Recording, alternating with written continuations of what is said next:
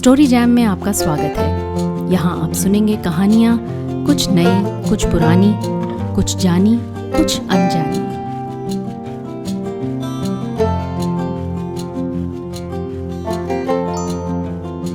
आज सुनिए संजय खाटी की लिखी कहानी पिंटी का साबुन। हमारे गांव में ऐसा पहले कभी नहीं हुआ था। साबुन का नाम हमने और दूसरे लोगों ने सुना जरूर था, लेकिन 2-4 ही लोग ऐसे मिलेंगे जिन्होंने उसे सचमुच देखा हो। साबुन का नाम भी लोगों को मालूम था तो सिर्फ फौजियों की बदौलत, और थोड़ा इसलिए भी कि जब एक बार डिप्टी साहब की बिटिया पिंटी गांव आई थी तो उसके पास कुछ औरतों ने ये चीज देखी थी। कहते हैं पिंटी जहां खड़ी हो उससे 1 कोस दूर तक फूलों की सी बास महकती थी। 10-15 साल बाद भी लोगों को वो पिंटी याद रही तो इसी वजह से। लोग साबुन का जिक्र इत्र और फुलैल के बात करते थे। पिंटी तो खैर जैसे दूसरी दुनिया से आई जीव थी। गांव के किसी आदमी के पास कभी साबुन नहीं देखा गया। सच्चे अर्थों में गांव में पहले साबुन आया मेरे पास, और वो भी अचानक, अप्रत्याशित रूप से। उस दिन 15 अगस्त या ऐसा ही कुछ खास दिन रहा होगा, क्योंकि स्कूल बंद था। मैं और काका आलू बेचने के लिए कोस चलकर कस्बे में आए थे। काका मुझसे 5-7 साल ही बड़ा होगा। हम दोनों लगभग दोस्त जैसे ही थे। हालांकि कभी कभी वो बड़प्पन जताने को उत्सुक हो जाता था, लेकिन उसका कोई दबदबा मुझ पर नहीं बन पाया। तो कस्बे की रौनक से हम लोग लेमन जूस चाटते भटक रहे थे कि एक भीड़ भरे मैदान में जा पहुंचे, जहां बिल्कुल मेला सा लगा था। खूब शोर हो रहा था, सीटियां बज रही थीं। एक भोंपे से किसी आदमी की जोरदार आवाज आ रही थी, जैसे डांट रहा हो। हम अचकचाए से और बिल्कुल बेध्यानी में उस भीड़ में घुसे जा रहे थे कि अचानक मैंने पाया मैं अपने जैसे लड़कों की एक कतार में खड़ा हूं। किसी ने बांह पकड़कर जल्दी से मुझे वहां खड़ा कर दिया था। एक आदमी सबको सफेद लाइन पर खड़ा कर रहा था। मेरे दोनों ओर लड़के चिल्ला रहे थे, झपटने की मुद्रा में बार बार एक टांग पर झुके जा रहे थे। लगा जैसे कोई दौड़ होने जा रही हो। पहले तो मैं घबरा गया। इधर उधर देखा तो काका का कहीं पता ही नहीं। लाठी वालों ने बाकी भीड़ के साथ उसे भी धकिया दिया होगा। अब भोपू पर गिनती गिनी जा रही थी, 1, 2 और 3। भूखे जानवरों की तरह सब भागे, साथ में मैं भी। पहले तो सूझा ही नहीं, पर जब देखा कि बगल वाला छोकरा अपनी सींकियां टांगे पटकता आगे निकला जा रहा है तो मैं भी भाग लिया दम तोड़कर। ऐसा कि मैदान के दूसरे छोर पर बंधी रस्सी में उलझकर गिर पड़ा। घुटने में लगी सो अलग। झाड़ कर खड़ा हुआ तो तालियां, चमचमाती डिबिया थमा दी। भीड़ में जाने कहां से काका हंसता हुआ प्रकट हो गया। अब हम दोनों साथ साथ हंसे जा रहे थे। मेरा मन हो रहा था कि अभी खूब दौड़ूं, दौड़ता ही जाऊं। आगे आगे कुलांचे भरता मैं भागा तो काका भी हांफता हुआ आया पीछे पीछे। कस्बा पीछे छूट गया। मैं गांव की ओर सरपट भागा जा रहा था। काका आवाज देने लगा। आखिर में नदी के पास में रुका तो उसने मुझे पकड़ लिया। काका ने कहा, क्या है रे? तब जाकर मुझे ख्याल आया कि वो लाल चमकती डिबिया मेरे हाथ में है। काका ने झट से उसे छीन लिया और उलट पलट कर देखने लगा। उसी को सबसे पहले सूझा कि ये तो साबुन है। उसका चेहरा उत्तेजना से चमकने लगा। वो बार बार उसे सूंघता, मांगने पर भी नहीं देता। चिढ़कर बोलता, खा नहीं रहा हूं। उसकी नीयत में खोट लगता था। मैं भड़क गया। आखिर वो मेरी चीज थी। मैंने काका से उसे छीनने की कोशिश की, उसे गिराने के लिए संघर्ष किया, लेकिन लंबे खड़ूस से जीतना मेरे लिए नामुमकिन ही था। अब तक उसने बाहर की चमकीली पन्नी भी खोल दी थी और अंदर की गुलाबी नाजुक टिकिया निकाल ली थी। अंतिम हथियार के तौर पर मैं धप्प से नदी के पत्थरों पर गिर गया और धाड़ मारकर सचमुच रोने लगा। मैं ईजा से कह दूंगा। हाँ, हमेशा की तरह इस बार भी मेरी चाल कामयाब हुई। काका कुछ देर मुझे लाल आंखों से घूरता रहा, फिर जा मर कहकर टिकिया फेंक दी। मैंने उसे लपक लिया। पन्नी भी दे। काका ने पन्नी भी फेंक दी। मैंने नाजुक टिकिया को फिर पन्नी में जतन से लपेटा और उसे सूंघता हंसता हुआ घर की ओर चला। काका से पहली बार गहरी दुश्मनी की ये शुरुआत थी। उस वक्त तो मैं साबुन की उस भीनी खुशबू में इतना मगन था कि काका की ओर ध्यान देने का वक्त नहीं था मेरे पास। लेकिन आगे चलकर हम दोनों की दुश्मनी स्थायी बात हो गई। बहरहाल उस शाम काका पीछे पीछे पत्थरों को ठोकर मारता हुआ चला। घर पहुंचते ही मुंह टेढ़ा कर उसने एलानिया अंदाज में कहा, गोपिये को एक साबण क्या मिल गया, नीचे ही नहीं देख रहा आज। ईजा गोबर समेट रही थी। खड़ी होकर बोली, साबण कहाँ से लाया रे, कैसा है, दिखा तो। मेरा है, मैंने तुनक कर कहा। ईजा हाथ खूब साफ से धोकर आई। दिखा तो, मैं भी तो देखूं कैसा साबण है। मुझे अब तक किसी पर एतबार नहीं रह गया था। बहुत नखरे के साथ उंगलियां खोली। ईजा ने बड़े शौक के साथ साबुन लिया। डिबरी के पास जाकर और से देखा, 2-3 बार सूंघा। बोली, मैं नहाऊंगी इससे। मैं चील की तरह झपटा। साबुन झपटकर अंदर की जेब में ठूंसा। भागकर खड़ा हुआ 20 कदम दूर। ईजा देखती रह गई। मर तू, आग लगे तेरे साबुन को, उसने चिचियाकर कहा और आंखें तरेरती हुई वहां से चली गई। इस तरह मां मेरी दूसरी दुश्मन बनी। असल में साबुन की इस महत्ता को मैं पहले समझ ही नहीं पाया। शायद समझने की उम्र थी भी नहीं। लेकिन जल्द ही मुझे लगने लगा मानो मैं चारों ओर से दुश्मनों से घिर गया हूं। मुझे मालूम था काका मेरी हर चीज को उलट पलट कर देखता है। घर में जितने भी कनस्तर डिब्बे हैं, सबको उसने टटोला है। यहां तक कि गौशाला की घास पुआल को भी वो छान आया है। लेकिन साबुन कहाँ है, ये मेरे अलावा कोई नहीं जान सका था। हार कर काका ने मेरी चापलूसी करने की कोशिश की, लेकिन अब मैं उतना भोला नहीं रह गया था। बापू को तो साबुन देखना नसीब ही नहीं हुआ। ईजा और काका ने हर वक्त साबुन का जिक्र करके उनको इतना उकसा दिया था कि वो मारपीट पर उतर आए। पर अब तक मैंने जान लिया था कि जो भी साबुन देख लेगा उसकी नीयत में खोट आ जाएगी। सो मैं भी टस से मस नहीं हुआ। हार कर बापू ने ये कहते हुए कि बहुत इतर फुलेल का शौक चढ़ा है, भेज दो साले को गाय चराने, मुझे कसकर 2 लातें मारी। मैं रोया नहीं और इस अपमान को पी लिया। लेकिन इस घड़ी से मुझे संदेह होने लगा कि मैं उनका असली बेटा हूं भी या नहीं। कुंती को अलबत्ता एक दिन मेरी सख्त पहरेदारी में साबुन को छू सूंघ कर देखने का मौका मिला। कुंती तब से आंखें बड़ी बड़ी किए पीछे पीछे डोलती रहती है। उसे भगाने के लिए झापड़ों के अलावा कोई रास्ता नहीं होता। इतने लोगों के बीच साबुन को बार बार देख पाना मेरे लिए भी मुश्किल हो रहा था। मेरी बेचैनी लगातार बढ़ रही थी। हर दिन पहाड़ सा लगता।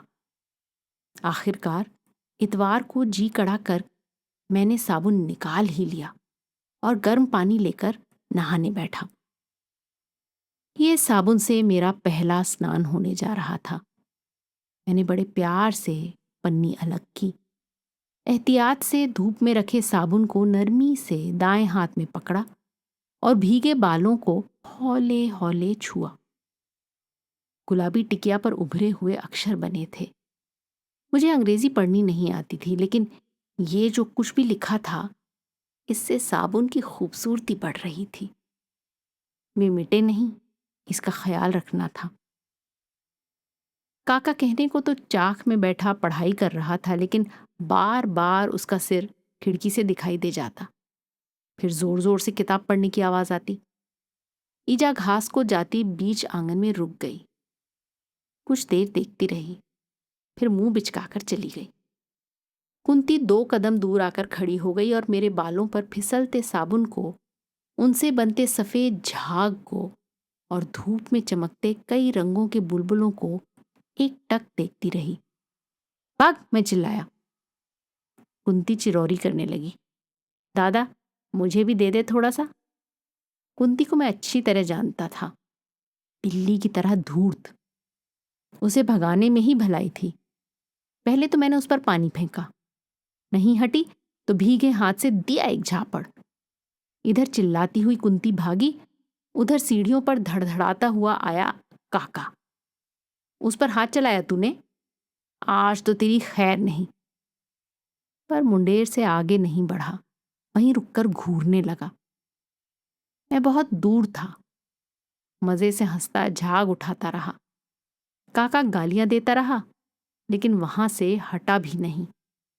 बड़ी देर लगाकर पानी डाला बदन पर, साबुन को सुखाया, नामालूम सा घिसा था, पन्नी में संभाल कर रखा। इतराता हुआ काका के बगल से निकला। काका ने हवा को सूंघा। कैसी तो ताजगी आ गई थी बदन में, कैसे खुशबू, और बाल कैसे नर्म। खुशबू कहीं उड़ ना जाए ये सोचकर फटाफट कपड़े पहने। अपने आंगन की मुंडेर से मैं छलांग लगाता और कई बार ऐसा होता कि मैं उड़ने लगता। ऊंचे और ऊंचे पहाड़ों के ऊपर मैं कबूतरों की तरह तैरता जाता। दूर दूर तक जाने कितने देश, कितने गांव एक साथ मेरे नीचे सरकते जाते। बदन में सनसनी सी होने लगती।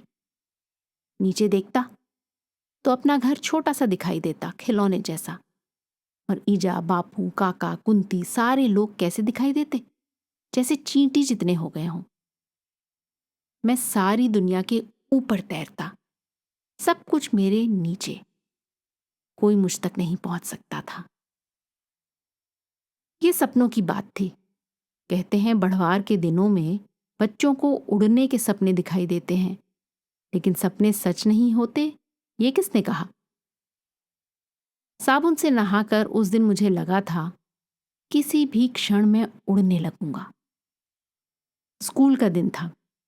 सुबह सुबह खूब झाग उठाकर खुद को चमकाया, महकते बदन पर सबसे अच्छे कपड़े डाले, टेढ़ी करके मांग निकाली और रास्ते भर कूहनी उठाकर सूंघता रहा कि कहीं खुशबू उड़ तो नहीं गई। नहीं, खुशबू उड़ती नहीं थी, घंटों बनी रहती। अगर धूप नहीं होती, पसीना नहीं होता, धूल नहीं उड़ती और हवा नहीं चलती, तो शायद बदन हमेशा महकता रहता। क्लास में तो सनसनी ही फैल गई। थोड़ी ही देर में सब लड़के नाक उठाए बौराए से हवा को सूंघ रहे थे। मैं कुछ देर मंद मंद मुस्कुराता इसका आनंद लेता रहा, फिर पास वाले लड़के के मुंह पर अपनी बाह अड़ा दी। ओ बाबा हो, क्या लगा के आया है? लड़का तो उछल ही पड़ा। क्लास में ऐसी रेल पेल मची कि तौबा। लड़के एक दूसरे को धकियाते लपके और जहां तहां नाक गड़ाकर लगे सूंघने। जो सूंघ चुके थे वो आंखें कपाल पर चढ़ाकर कहने लगे, बता तो, अरे बता तो। और जब मैंने मजे ले लेकर सारी कहानी सुनाई तो क्लास में शोर मच गया। सच? कैसा है? साथ में पन्नी भी है? एक दिन तो खत्म हो जाएगा। फिर क्या? और दौड़ेगा तो नया जीत लाएगा। 1 साल तो चलेगा ही। दिखा यार, दिखा ना। माँ साहब आए तो हंगामा थमा, लेकिन किसी का ध्यान पढ़ाई की ओर नहीं था। सब कनखियों से मुझे देख रहे थे। मैं तो आकाश में खूब ऊंचा उड़ रहा था। उस पल अगर मैं कह देता कि आज से मॉनिटर मैं हुआ, तो वो सब कहते हाँ हुआ। उन्होंने अपने बाप दादों से इतना कुछ सुना था पिंटी के बारे में, उसके साबुन के बारे में। आज वो सब सपने जैसी कथाएं सच होती देख लगभग पागल से हो उठे थे। हाफ टाइम की घंटी बजी। हमेशा की तरह भाग पड़ने को लड़के उठे। अचानक सबके सब ठिठक गए। मैं वहीं बैठा जो था अपनी जगह। चल रे चल। आज सब मेरे करीब आना चाहते थे, वो भी जो मेरे दुश्मन थे और दुबले पतलेपन की वजह से मुझे पीटा करते थे। मैं उठा तो, लेकिन एक अनजानी झिझक ने मुझे घेर लिया। ऐसा पहले कभी नहीं हुआ था। पहले तो सबसे पहले भाग छूटने वालों में मैं अव्वल रहता था, लेकिन पहले कभी सारे लड़कों ने मुझे घेर कर ऐसे चल चल भी नहीं कहा था। तू हमारी तरफ हुआ। नहीं, हमारी तरफ। कबड्डी में मैं किस टीम के साथ खेलूं, इसे लेकर भारी झगड़ा चल पड़ा था। मैं तो संकोच से मरा जा रहा था। कबड्डी में रगेदे जाने का, मिट्टी में लिपटने का डर मुझ पर हावी हो गया। नहीं, मेरा मन नहीं है खेलने का, मैंने कहा। क्यों क्यों? हर तरफ से पुकार मच गई। फिर अपने आप जैसे सब लड़के समझ गए। अच्छा, तू रेफरी हुआ, तू बैठ कर देख। वो एक एक कर खिसकने लगे, खिसियाए हुए। हर कोई साबुन देखने को बेकल था। सारे गांव में जंगल की आग की तरह ये बात फैल गई थी। लोग मुझे रोक लेते, कोई बहाना खोजकर घर चले आते। वो चाहते कि मैं उनको साबुन दिखा दूं। जब मैं इनकार कर देता तो वो नाराज हो जाते, डांट डपट करते। अलबत्ता वो मुझे सूंघ जरूर लेते। साबुन ना दिखाने की मेरी इस जिद से घर वालों को शर्मिंदगी का सामना करना पड़ता होगा। बाद में मुझे वो अपनी गालियों का निशाना बनाते। काका जब भी सामने आता धमकी भरे इशारे करता। दो एक बार तो उसने अकेले में मेरा गला भी दबाया। कुंती हमेशा मुंह फुलाए रहती। उससे मेरी झड़प हो जाए तो बापू मुझे अपने 2.5 किलो के हाथ से झापड़ मारने में जरा देर नहीं करते। ईजा मुझसे हमेशा चिड़चिड़ाते हुए बात करती। सारी दुनिया गिद्धों की तरह मेरे उस छोटे से सुख को नोचने के लिए बेताब थी। मैंने देखा कि पहले तो लोग मेरी इज्जत करने लगते, लेकिन जब मैं उनको साबुन नहीं दिखाता तो वो फौरन मेरे खिलाफ लामबंदी कर लेते। लगभग सभी मेरे दुश्मन हो चुके थे। लोगों ने मेरा नाम ही पिंटी रख दिया था। ये सिर्फ मजाक नहीं था, इस तरह वो अपनी नफरत जता रहे होते। लड़के मुझे पिंटी पिंटी कहकर पुकारते। और हैरानी की बात तो ये है कि इस बात से मुझे तकलीफ होने के बावजूद मैं अक्सर उस पिंटी के बारे में सोचने लगा था। मैं सोचता कि वो कैसी और कहाँ होगी। मैंने मन में उसका एक खाका भी खींच लिया था, जिस पर मैं अपने खाली वक्त में रंग भरा करता था। मेरे ख्याल से वो हमारे कैलेंडर की लक्ष्मी जैसी थी। वो इतनी गोरी थी और उसके कपड़े इतने चमकीले थे कि रात में भी उसके आसपास उजाला रहता था। उस पर धूल का एक कण भी नहीं बैठ सकता था। वो इतनी हल्की थी मानो उसे सफेद कोरे कागज से बनाया गया हो। और खेलना तो मैंने छोड़ ही दिया था। कुछ लड़के मेरे करीब होना चाहते, लेकिन जल्द ही धमा चौकड़ी का आकर्षण उनको खींच ले जाता। जब लड़के हुड़दंग मचा रहे होते तब मैं दीवार पर बैठा टांगे हिलाता रहता। वो कबड्डी में एक दूसरे को रगेदते, गीले खेतों में घुसकर ककड़ियां खोजते, चोरी से नींबू तोड़ लाते, नदी में नंगे होकर नहाते, पिरुल में फिसलते। वो हमेशा की तरह चीखते, चिल्लाते, गुत्थम गुत्था होते, कपड़े फाड़ लेते या बदन छिला लेते। मैं बैठे बैठे उनको देखता और उंगलियां चटखाता। सच कहूं तो कई बार मेरी इच्छा हुई कि मैं उनके बीच कूद पड़ूं। जब भी ऐसा करने को हुआ, जाने किस बात ने मेरे शरीर को जड़ कर दिया। तब मैंने चाहा कि कोई लड़का मुझे जबरन घसीट कर कबड्डी के मैदान में धकेल दे, लेकिन शायद ये नहीं हो सकता था। वो तो अब मुझसे खेलने को कहते भी नहीं थे। उन्होंने मान लिया था कि पिंटी का काम बैठकर उनको देखते रहना है। वो मेरा अस्तित्व ही भूलने लगे थे। अब फिर काका बाजार जा रहा था। सामान लाने के लिए थैले झोले समेट रहा था। मुझसे रहा नहीं गया। कहा, मैं भी चलूंगा। काका एकदम भड़क गया। तू नहीं जाएगा मेरे साथ? मैं जाऊंगा। भाभी, काका ने ऐलान किया, इसी से मंगा ले अपना सामान, मैं नहीं जा रहा। ईजा बाघिन की तरह झपटती आई, मेरा कान पकड़कर पटक दिया जमीन पर। आज करती हूं मैं इसका इलाज। ज्यों ज्यों बढ़ रहा है त्यों त्यों सड़ रहा है। मेरी पीठ पर 2 लातें मारी और घसीटती हुई ले चली बाहर। पीछे से काका उल्लास से चिल्लाया, जरा अच्छी तरह से कर दो मरम्मत पिंटी की। ईजा मुझे मरे चूहे की तरह घसीटती मुंडेर पर ले गई और धकेल दिया बिच्छू के झाड़ पर। ओए! मुंह का एक पतला सा धागा भर बचा था, टूट गया उस क्षण। हाफ टाइम में दीवार पर बैठे मेरी आंखें बार बार भर आती। कूदते फांदते लड़के नजर में कांपने लगते। बिच्छू के कांटों से बदन अभी भी चिलचिला रहा था, कोहनियां छिली हुई, बालों में धूल। नहाया था उस सुबह भी, लेकिन बदन में कोई खुशबू बाकी नहीं। मन खुलकर रो पड़ने को कर रहा था। जाऊं, चला जाऊं यहां से हमेशा के लिए, वहां जहां पिंटी रहती है। वहां लोग ऐसे नहीं हैं, वहां नफरत नहीं है, बिना बात के ऐसा जुल्म नहीं है। और मैंने फैसला किया कि एक दिन मौका मिलते ही बाजार भाग जाऊंगा। कहते हैं वहां से दूर दूर को बसें जाती हैं, किसी में बैठ जाऊंगा, फिर कभी नहीं लौटूंगा यहां, कभी नहीं।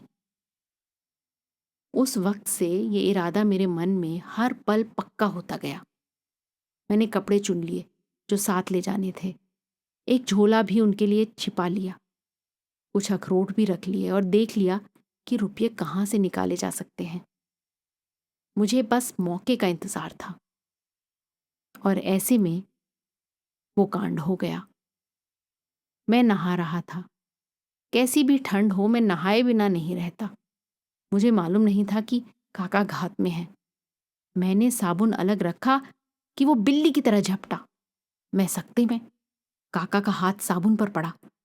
उठा भी लेता कि साबुन फिसल कर दूर जा गिरा, और तब तक मैंने आंखें भींच कर पीतल का भारी लोटा दे मारा। काका हाय कहता चकराकर बैठ गया और सिर पकड़े वैसे ही रह गया। तब तक मैंने साबुन उठा लिया और लोटा पकड़कर फिर से तैयार हो गया, पर काका तो उठा ही नहीं। तब मेरी टांगें कांपने लगी। काका को हिलाकर पुकारा, काका काका। कराह कर काका ने सिर उठाया तो देखा माथे से एकदम लाल लाल खून बह रहा था। मार दी साले। काका जाने क्या क्या बड़बड़ाने लगा, फिर हाथों से माथा दबाए लड़खड़ाता हुआ बाहर चला। देहरी के पास रुककर मुड़ा, रुआंसा चेहरा, गालों पर खून और आंसुओं के धारे, सिसकता हुआ बोला, साले एक दिन तो खत्म हो जाएगा तेरा साबुन। काका चला गया। मैं सन्न खड़ा रहा। हथेली खोलकर देखा, गुलाबी खूबसूरत टिकिया, पर अब कितनी पतली लग रही थी, और खुशबू भी तो शायद उड़ गई थी। मेरा मन डूब गया। रोने का वक्त नहीं था। फटाफट कपड़े पहन भागता हुआ गया ऊपर। झोला निकाला, कुछ कपड़े ठूसे। अखरोट रखने का वक्त नहीं। बस्ता नहीं, बस्ते का क्या काम, पैसे। तभी सुना बाहर काका घबराई हुई ईजा को बता रहा था कि कैसे वो गोठ में गोबर पर फिसल गया और कैसे उसका सिर देहरी से टकराया। मुझसे फिर खड़ा नहीं रहा गया। औंधे मुंह चारपाई पर गिर पड़ा। बड़ी देर बाद इस काबिल हुआ कि जाकर साबुन को उसकी जगह छिपा आऊं। लौटकर एक अंधेरे कोने में सो रहा। शाम हो गई तो भी नहीं उठा। कहा कि पेट में दर्द है। सुबह उठा तो देखा अजीब सा उजाला सब ओर फैला है।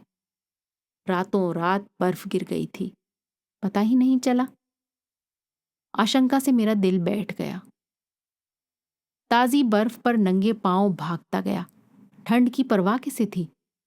पुआल के ढेर पर 4-4 अंगुल बर्फ जमी थी। यहीं कहीं थी वो। सेंधा हाथों से बर्फ खोदी तो नीचे कीचड़ ही कीचड़। हाथ सन गए।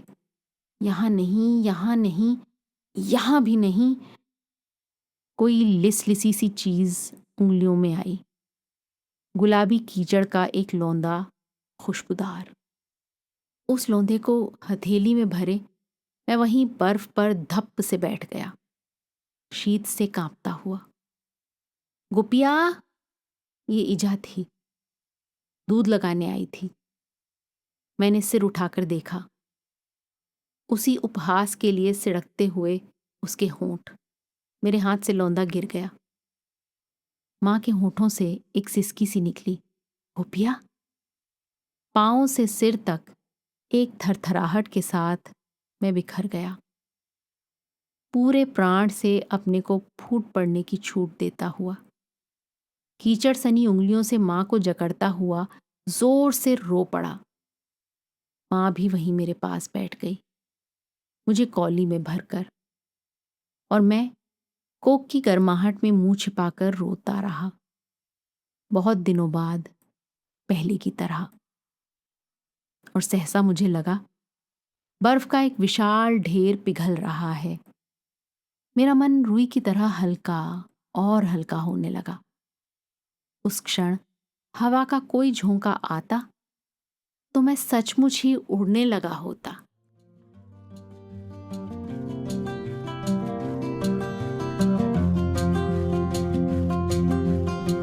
आज की कहानी आपको कैसी लगी अपने कमेंट्स ज़रूर लिखिएगा।